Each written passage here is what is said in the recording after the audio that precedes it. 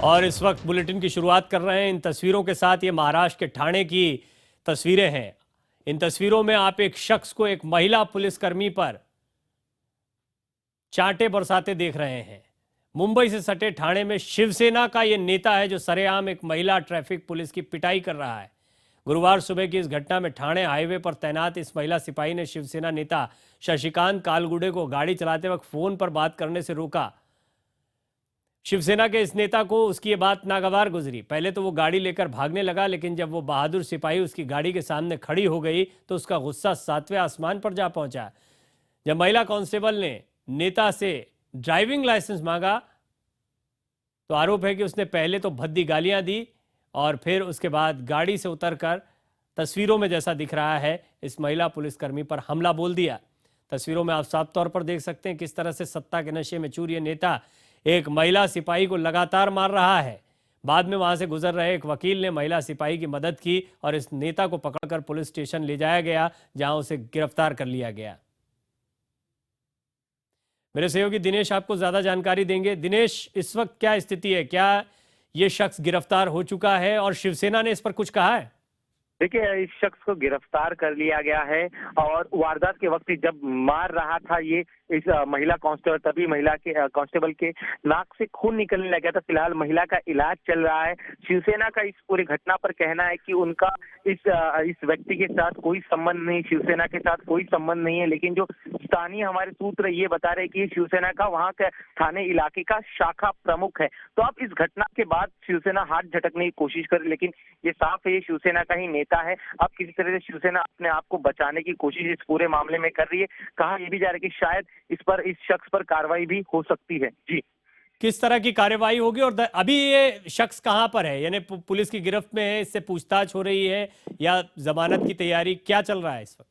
देखिए, कल ही इसे गिरफ्तार कर लिया गया था। एक दिन की पुलिस हिरासत मिली थी और आज इसे कोर्ट में भी पेश किया गया है।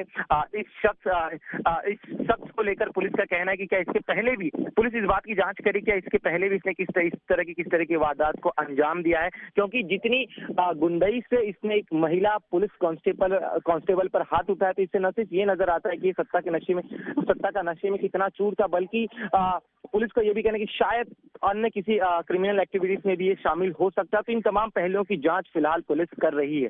जी, शुक्रिया दिनेश, अपडेट लेते रहेंगे।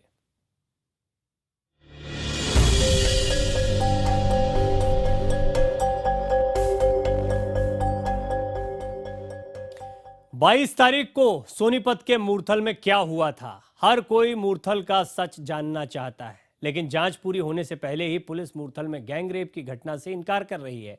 हालांकि हाईकोर्ट की सख्ती के बाद पुलिस ने इस मामले में जांच शुरू कर दी है और इस बीच मुख्यमंत्री मनोहर लाल खट्टर पीड़ितों को सुरक्षा का भरोसा भी दे रहे हैं।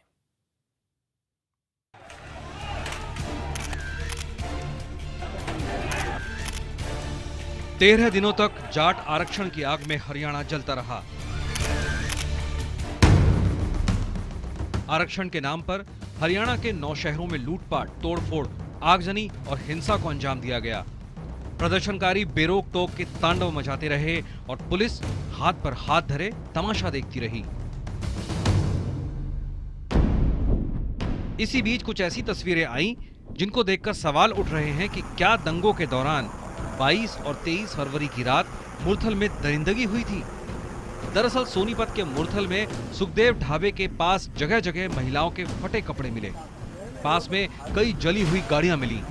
मीडिया रिपोर्ट के मुताबिक करीब 30 लोगों की भीड़ ने कई कारों को रोका और उन्हें आग के हवाले कर दिया। दंगाइयों ने 10 महिलाओं के साथ गैंगरेप किया। पीड़ितों के कपड़े तक फाड़कर फेंक दिए गए। पास के गांव वालों ने महिलाओं को कपड़े और कंबल दिए, तब ये महिलाएं वहां से निकल पाईं। ये सब होता रहा प्रशासन और पुलिस की मौजूदगी में। हालांकि वो ऐसी किसी भी घटना से इनकार करते हैं, लेकिन पंजाब हरियाणा हाई कोर्ट ने इस मामले का स्वतः संज्ञान लेते हुए न केवल सरकार से विस्तृत रिपोर्ट मांगी, बल्कि हाई लेवल जांच के आदेश भी दिए। साथ ही पुलिस के रवैये पर सवाल भी खड़े किए। बवाल मचने के बाद सोनीपत के एसपी का कहना है कि कपड़े मिल जाने से ही रेप की पुष्टि नहीं होती। कोई हमारे पास अभी तक पुलिस स्टेशन में, कंट्रोल रूम में या कहीं पे भी या किसी वन और डिस्ट्रिक्ट में भी कोई ऐसी कंप्लेंट रजिस्टर नहीं हुई है जिसमें कोई सेक्सुअल असॉल्ट या मोलेस्टेशन की किसी वीमेन की बात हुई हो। हाईकोर्ट के संज्ञान लेने के बाद राष्ट्रीय महिला आयोग की सदस्य रेखा शर्मा खुद जांच करने के लिए मुरथल पहुंची। हालांकि हरियाणा सरकार इस घटना को अफवाह बता रही है। अभी हाईकोर्ट के संज्ञान में है, राज्य सरकार के संज्ञान में है और इसके लिए अल्टरनेटिव बंदोबस्त किया गया है ताकि कोई लोकल लेवल पे या किसी अधिकारी के लेवल पर कोई अगर सबूत देने के लिए कोई आते हैं या कोई बात कहने के लिए आते हैं उसको नजरअंदाज ना किया जाए। मुरथल का सच क्या है? 22-23 फरवरी की रात वहां क्या हुआ? ये सवाल बार बार मीडिया पूछ रहा था, जिसके बाद डीजीपी खुद मीडिया के सामने आए और उन्होंने कहा कि किसी के पास कोई सबूत हो तो वो पुलिस तक पहुंचाए। फिलहाल मौके से मिले कपड़ों की जांच की जा रही है। पुलिस विभाग को ऐसी कोई ठोस सूचना प्राप्त नहीं हो पाई जिससे ये साबित हो सके कि इस प्रकार का कोई अपराध वहां पर हुआ है। इधर मुरथल में कई महिलाओं के साथ बलात्कार के मामले की जांच एसआईटी को सौंप दी गई है। 3 सदस्यों वाली एसआईटी का नेतृत्व डीआईपी डॉक्टर राजश्री को सौंपा गया है। साथ ही हेल्पलाइन नंबर भी जारी किए गए हैं। हेल्पलाइन नंबर 013022222903 पर कॉल करके किसी भी तरह की जानकारी दी जा सकती है।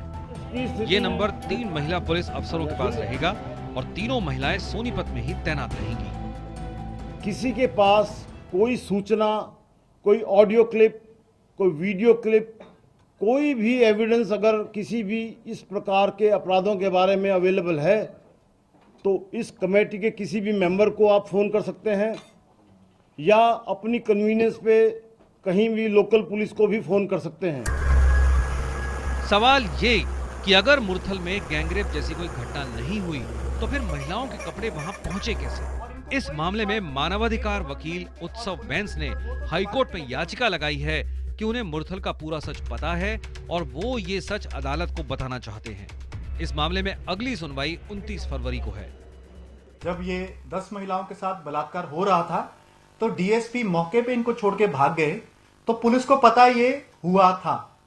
जो ये महिलाएं हैं ये दिल्ली में हैं, ये अभी डरी हुई हैं, लेकिन टाइम आने पे ये बाहर आएंगी। सोनीपत में मुरथल के पास लड़कियों से बलात्कार के आरोपों की पुष्टि के लिए कोई गवाह या चश्मदीद नहीं मिला, लेकिन सबसे बड़ा सवाल यह है कि कहीं इस सच्चाई पर पर्दा डालने की कोशिश तो नहीं की जा रही है और क्या वाकई सरकार मुरथल का सच सामने लाना चाहती है? अमित चौधरी, चंडीगढ़, IBN 7। हरियाणा में जाट आरक्षण आंदोलन खत्म हो गया है, लेकिन इस दौरान रोहतक में उपद्रवियों ने सड़कों पर किस कदर कोहराम मचाया था उसकी एक एक तस्वीर सामने आ रही है। एक ऐसा ही सीसीटीवी फुटेज सामने आया है जिसमें आंदोलनकारियों ने जमकर गुंडागर्दी की है और कई बाइकों को आग के हवाले किया। हैरान करने वाली बात यह है कि पुलिस सिर्फ तमाशा देखती रही। आंदोलन के नाम पर हुई गुंडागर्दी, उपद्रवियों का सड़कों पर कोहराम, लूट और तोड़फोड़ का वीडियो सामने आया। तमाशबीन बनी रही पुलिस, सीसीटीवी कैमरे में कैद हुआ आतंक। हरियाणा में आरक्षण को लेकर जाटों ने संघर्ष किया, लेकिन उस संघर्ष की सच्चाई जब आप देखेंगे तो हैरान हो जाएंगे। आंदोलन के नाम पर उपद्रवियों ने किस तरह सड़कों पर कोहराम मचाया, उसका सच अब धीरे धीरे सबके सामने आ रहा है। आपको जो लूट तोड़फोड़ का वीडियो हम दिखाने जा रहे हैं, यकीन मानिए उसे देखकर आप हिल जाएंगे। देखिए किस तरह रोहतक में खड़ी गाड़ियों में तोड़फोड़ की जा रही है। तोड़फोड़ के अलावा गाड़ियों पर चढ़कर शीशे तोड़े जा रहे हैं। अब लूट देखिए, कारों को पूरी तरह बर्बाद करने के बाद अब लूटपाट का सिलसिला शुरू हो गया। कारों से कीमती सामान निकाला गया। यानी साफ है कि आंदोलन के नाम पर सिर्फ और सिर्फ गुंडागर्दी की गई। अब दूसरा वीडियो देखिए, चौराहे पर आंदोलनकारियों की भीड़ लगी हुई है और शुरू हो चुका है तांडव मचाने का खेल। देखिए सड़कों पर बाइकों को किस तरह बेरहमी से तोड़ा जा रहा है। भीड़ का इतने से मन नहीं भरा तो मोटरसाइकिलों को आग के हवाले कर दिया। इस वीडियो को आप गौर से देखिए, कुछ लोग आतंक मचा रहे हैं तो बाकी तमाशबीन बने हुए हैं। इस भीड़ में एक हैरान करने वाला सच सामने आया। पुलिस वाले पीछे खड़े हुए हैं और उनकी आंखों के आगे ये पूरा मंजर चल रहा है। लेकिन किसी ने भी जहमत नहीं उठाई कि सड़कों पर कोहराम मचा रहे इन लोगों को रोका जाए। अब बड़ा सवाल ये है कि सीसीटीवी कैमरे में उपद्रव मचाने वालों की तस्वीरें कैद हो चुकी हैं। बावजूद इसके अभी तक किसी पर कोई कार्रवाई नहीं की गई।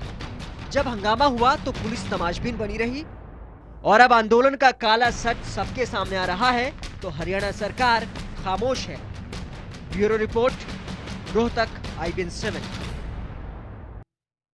लखनऊ के एक निजी इंजीनियरिंग कॉलेज के छात्र ने अपने टीचर के टॉर्चर से तंग आकर जान दे दी। आरोप है कि प्रोफेसर ने छात्र की परीक्षा का कार्ड बिना किसी वजह के रोककर उसका साल खराब कर दिया था। छात्र ने अपने सुसाइड नोट में सीधे अपने प्रोफेसर पर आरोप लगाया है। मैं लवकेश मिश्रा अपने पूरे होशो हवास में सुसाइड नोट लिख रहा हूं। मैं मरना नहीं चाहता, लेकिन मैं ये बर्दाश्त नहीं कर सकता। भैया, मेरे सुसाइड करने की सिर्फ वजह मेरे ब्रांच के HOD दीपक असरानी है, जो कंप्यूटर साइंस के टीचर हैं। उनकी प्रताड़ना से मैं आत्महत्या कर रहा हूं। मेरी मौत का जिम्मेदार सिर्फ HOD है। पापा, मैं माफी चाहता हूं कि आपकी उम्मीदों को मैं पूरा नहीं कर सका। I am sorry। Lavkesh Mishra. Lucknow के एक निजी इंजीनियरिंग कॉलेज में पढ़ने वाले लवकेश मिश्रा के 4 पन्नों के सुसाइड नोट का ये छोटा सा हिस्सा है। आजमगढ़ के रहने वाले लवकेश ने अपनी दर्द भरी कहानी इस चिट्ठी में लिखी। उसके बाद सुसाइड नोट पढ़कर अपने मोबाइल में रिकॉर्डिंग भी की। इसके बाद फांसी लगा ली। लवकेश मड़ियाओं में किराए के मकान में रहकर बीटेक की पढ़ाई कर रहा था। लवकेश की चिट्ठी के मुताबिक दीपक असरानी ने कॉलेज के डायरेक्टर के कहने पर भी उसे एग्जाम का एडमिट कार्ड नहीं दिया था। उसकी कम अटेंडेंस का बहाना दिखाकर प्रोफेसर ने उससे घूस में 20,000 रुपए भी वसूले, लेकिन उसके बाद भी लवकेश को परीक्षा में नहीं बैठने दिया। साल खराब होता देख छात्र ने किराए के कमरे में फांसी लगाकर जान दे दी। लवकेश ने सुसाइड लेटर में प्रोफेसर दीपक असरानी को सजा दिलाने की बात भी कही है। उसके जो डायरेक्टर थे HOD दीपक असरानी ने उसकी अटेंडेंस को शून्य बना दिया और शून्य बना करके उससे पैसे की मांग की। उसने 20,000 रुपया उसको दिया भी और उसकी अटेंडेंस को पुनः उसने शून्य कर दिया। पुलिस ने फिलहाल इस घटना में मिले सुसाइड नोट के साथ उसके मोबाइल को भी जब्त कर लिया है। दरअसल लवकेश ने मोबाइल में भी फांसी लगाने से पहले अपने बयान को रिकॉर्ड किया है।